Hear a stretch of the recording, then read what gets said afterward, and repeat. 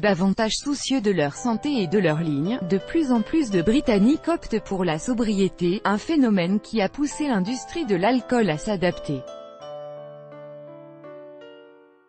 Je me suis rendu compte que je dormais mieux, que je me sentais bien et que j'avais bien plus d'énergie, explique à l'AFP Stuart Elkington, 47 ans, qui a renoncé à l'alcool il y a 7 ans alors qu'il tentait de fonder une famille avec sa compagne.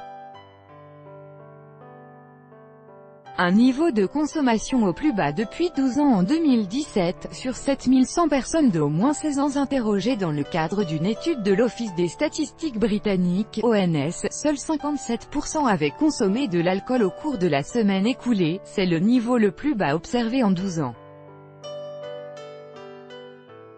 En 2005, quand cette étude avait été menée pour la première fois, la proportion était de 64,2%.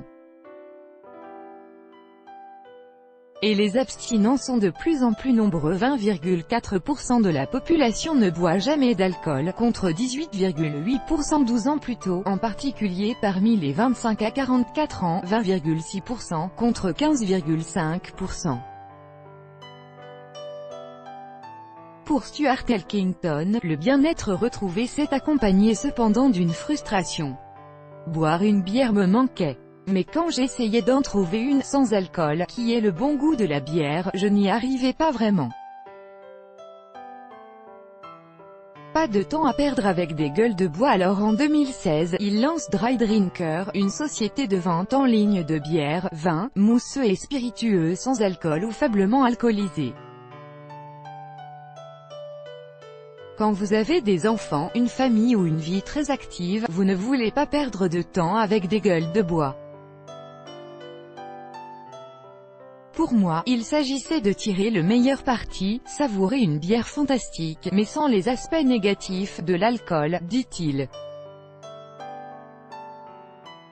Moins de calories en 2 ans, les ventes sont montées en flèche, stimulées par l'arrivée sur le marché britannique de nouveaux produits de qualité offrant le goût de l'alcool mais sans alcool, constate-t-il.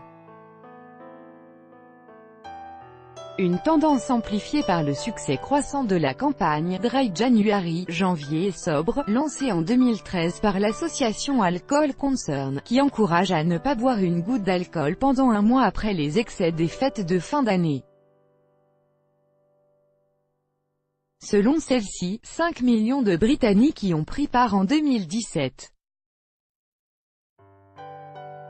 Le moteur de la demande, une prise de conscience croissante des consommateurs de leur santé et des risques liés à une forte consommation d'alcool, explique la société d'analyse économique BMI Research.